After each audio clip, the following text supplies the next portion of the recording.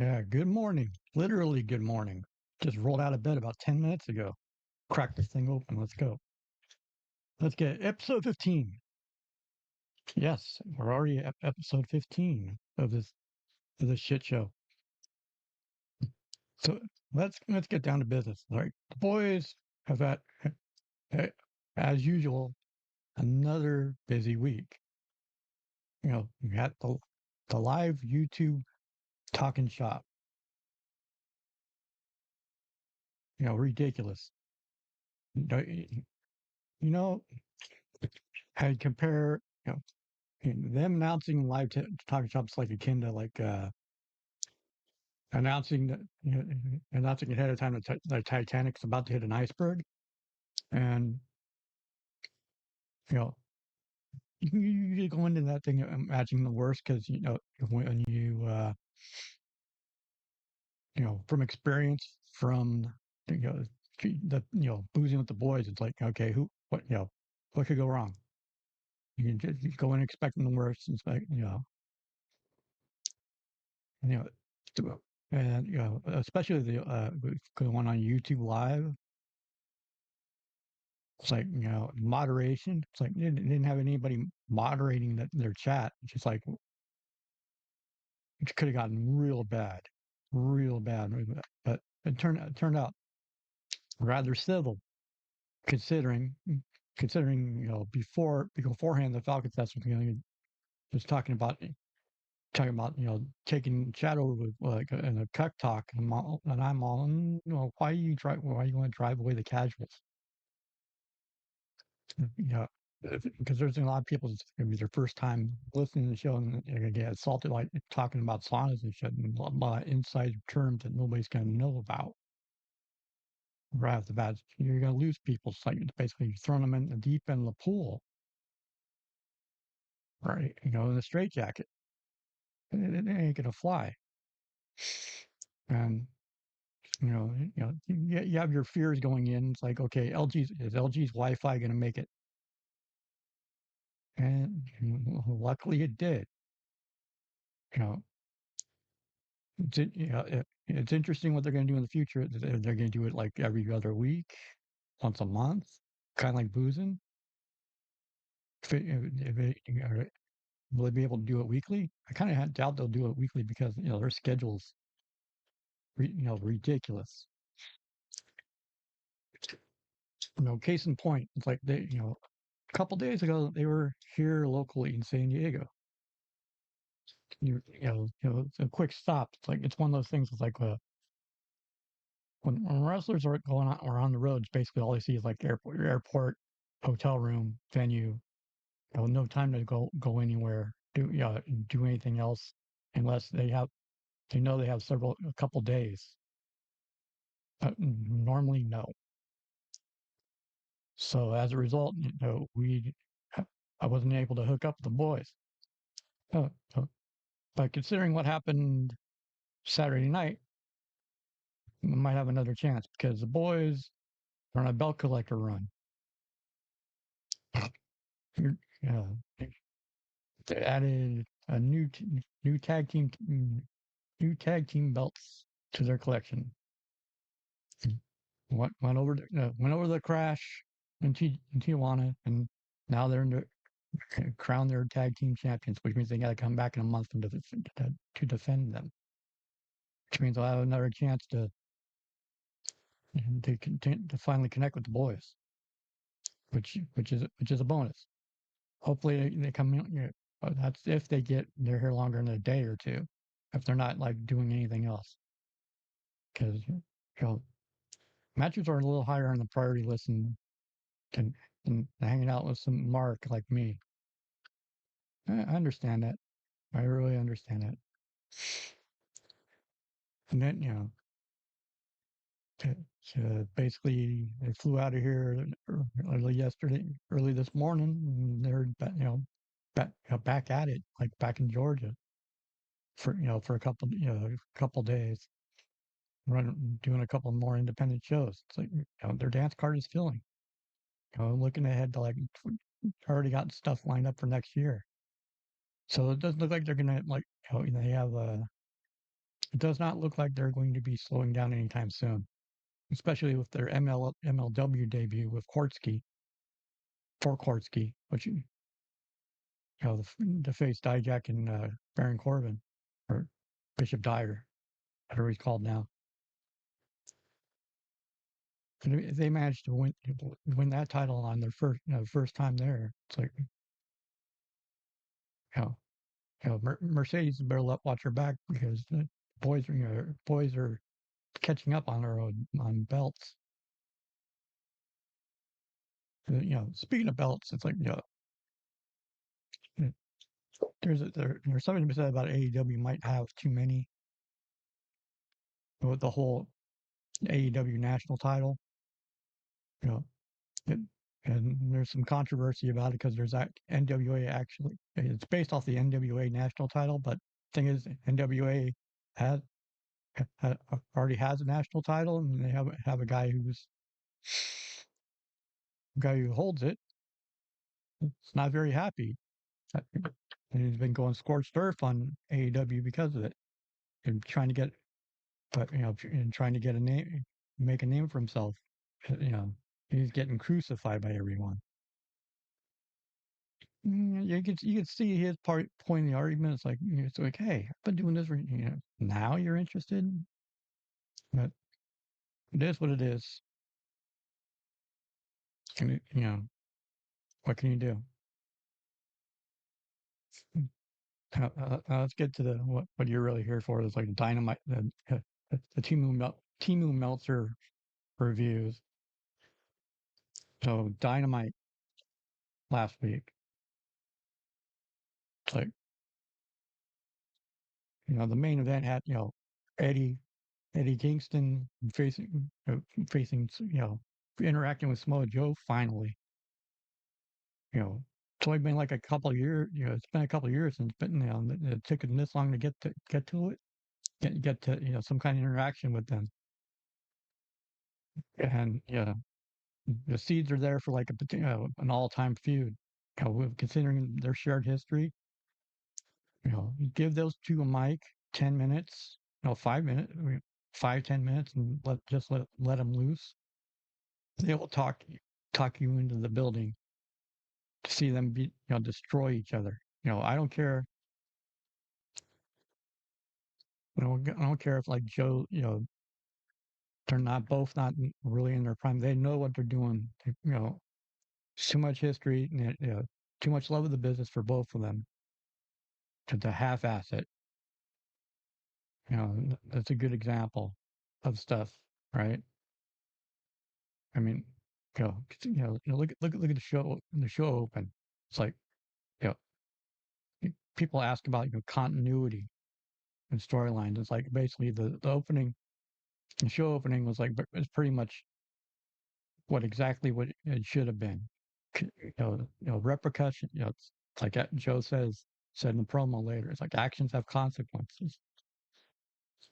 Having Tony Schiavone being involved in the fake the fake Tony Hangman thing. Well, of course, obviously he's going to go after Tony, right? Because he thinks that Tony's in on it. And they're teasing the part about beating the crap out of Tony, and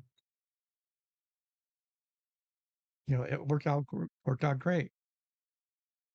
You couldn't script that thing any better.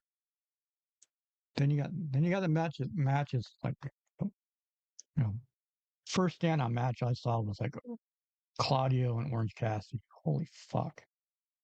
It's like those two those styles make fights, and that was a shining example of styles making fights. And Claudio in particular came out looking like like a beast. You see like it's like he flipped the switch. So, it's like single-handedly trying to make his mission to just straight murder Orange. It was feats of strength all over the place, and it's like feats of strength and like counter wrestling, fast paced, and it's like, I saw it, actual Meltzer rating for it, and it's like, okay, did he take a bathroom break during the match? Because it's subject. Well, rating matches is subjective. It's like you know, yeah. What I'm watching matches for is, criteria. What I'm watching a match for is criteria for somebody else. It's like that's how that's how you're gonna get into discrepancies in reviews. It's like, okay, what works for me does not work. What works for me might not work for somebody else. And you're not going to please everybody. I mean, honestly. Then you got Mark Briscoe wanting to face Kyle Fletcher again. It's turned into a sneaky best of seven between those two. This is the sneaky way to do a subtle way to do a best of seven series. Between the two, and the implications going into the match that they finally agreed to. It's like if uh, if Mark loses, he becomes a member of the family. And it's like, you hear that, and first reaction is like, oh, that son of a bitch, Don Callis. He's not going to stop add members to his family, for to his benefit.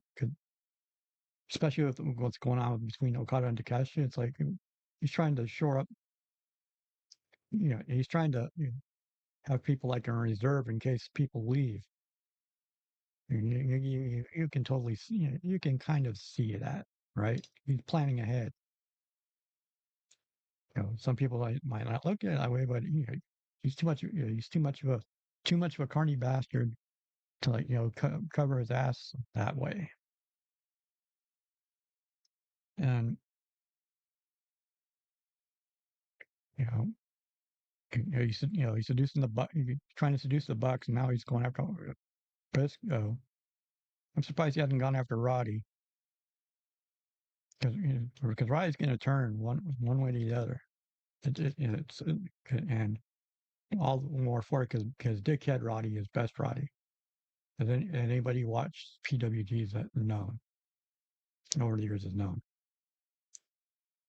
And it's pretty funny. It's like Tony Schiavone has like a What Happened One podcast, and he had Excalibur on this week, and it was like it was Tony's introduction to PWG, and they did a watch of Steenwolf. Anybody knows Steenwolf? It features the ladder match between El Generico and Kevin Steen, which is like ridiculous, right? And throughout throughout that podcast, basically Tony kept shaking his head, going, "These guys, all right." Basically, well, I can't believe I slept on this stuff. Oh, Tony, you didn't sleep on this stuff. You consciously didn't want anything to do with the business for a little while. And I don't blame you for stepping away after what happened with WCW. Not at all.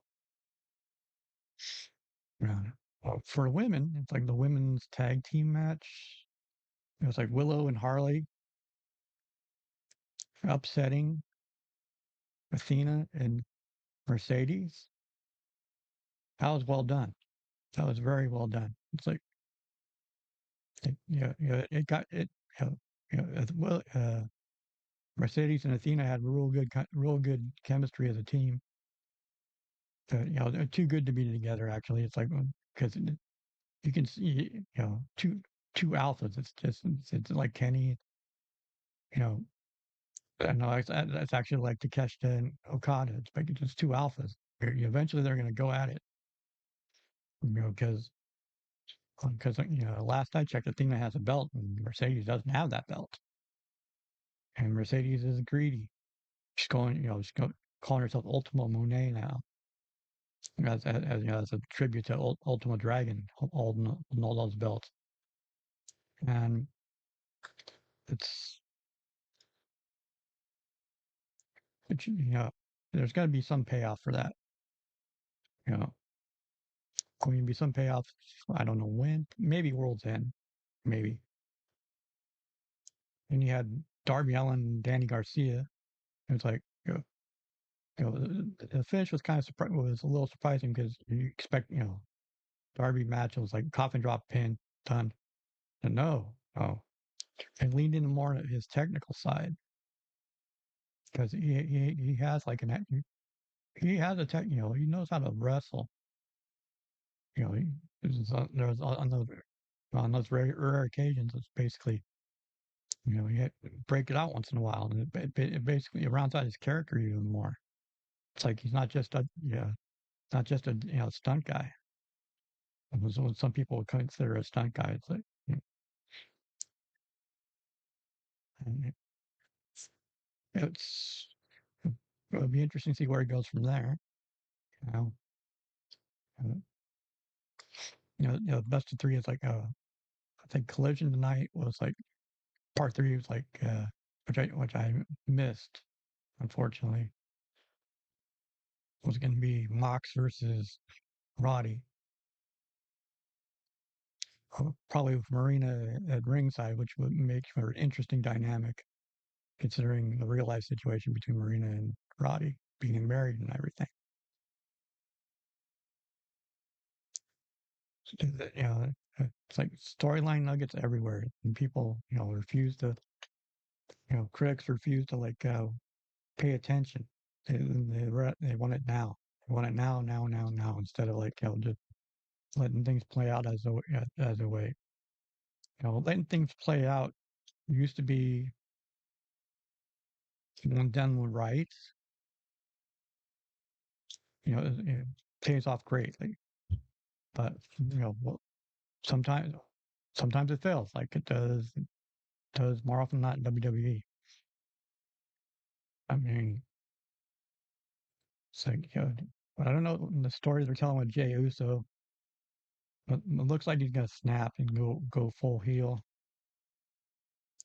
Yeah, because the match with Punk on Saturday night's main event was in the parlance of Jim Ross, bowling shoe ugly. And I think it might have been by design because I was getting Sting versus Jeff Hardy at Victory Road flashbacks. It's like, okay, why you get which is if they're playing off of like Jay's past history, and showing up drunk at like press conferences and stuff, tying it into the character maybe. But so could they be playing into that? Maybe.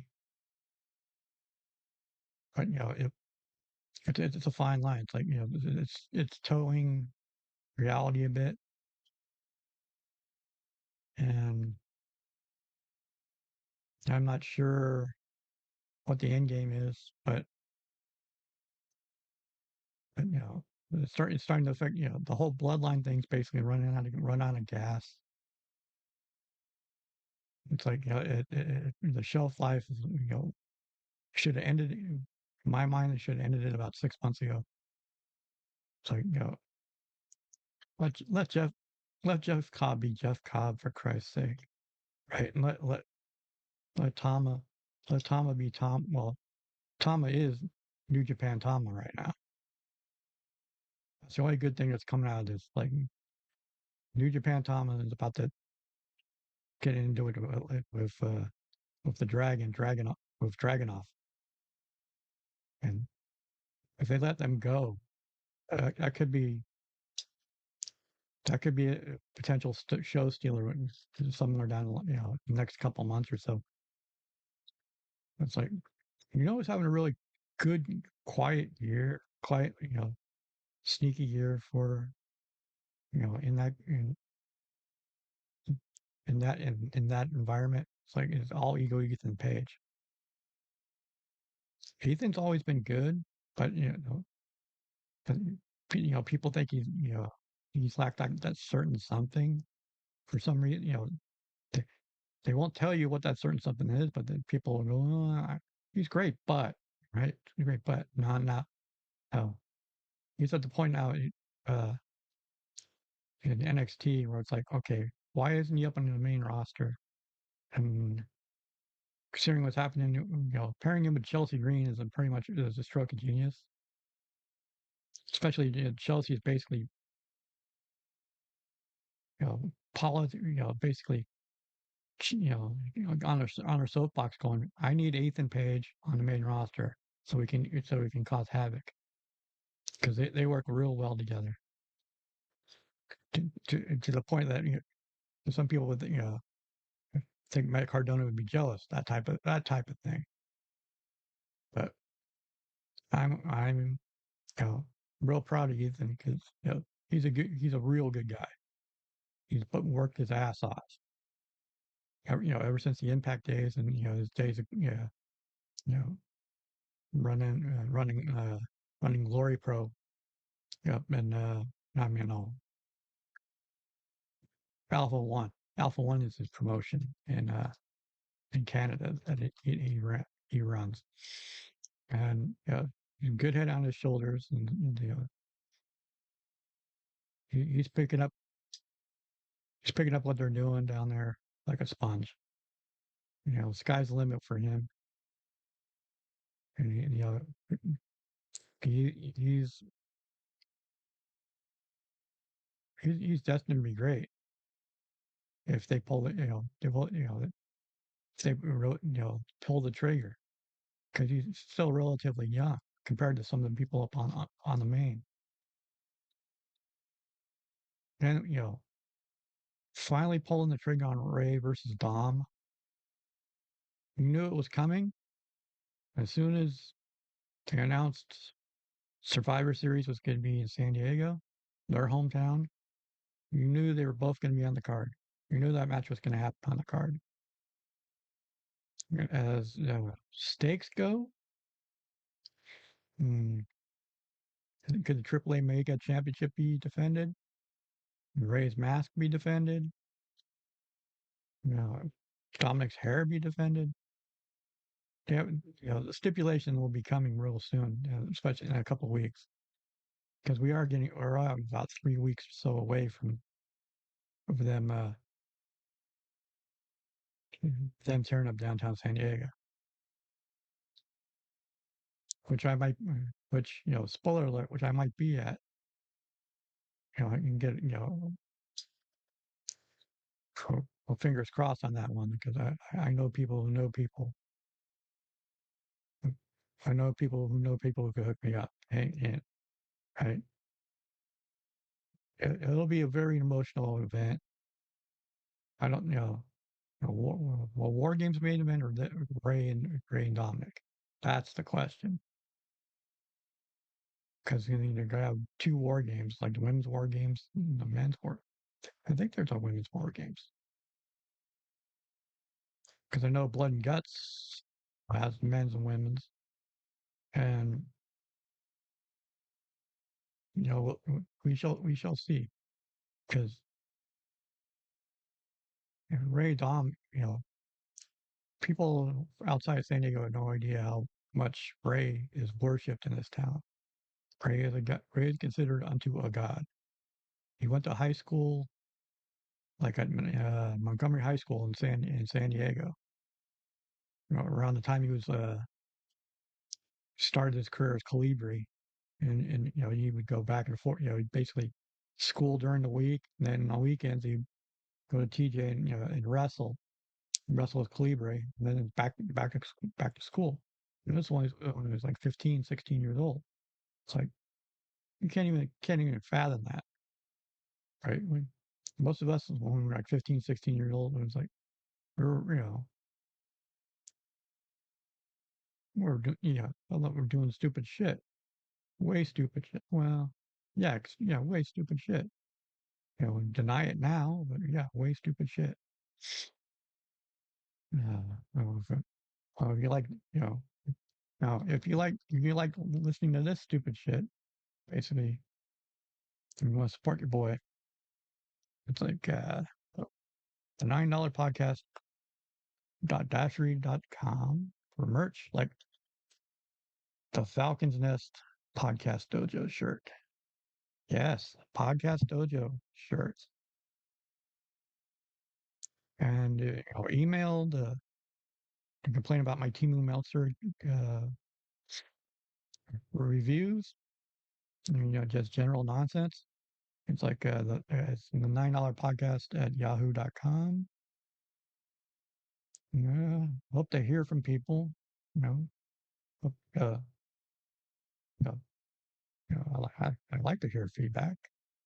Um, I'm easy. You don't have to bribe me or nothing. Shit.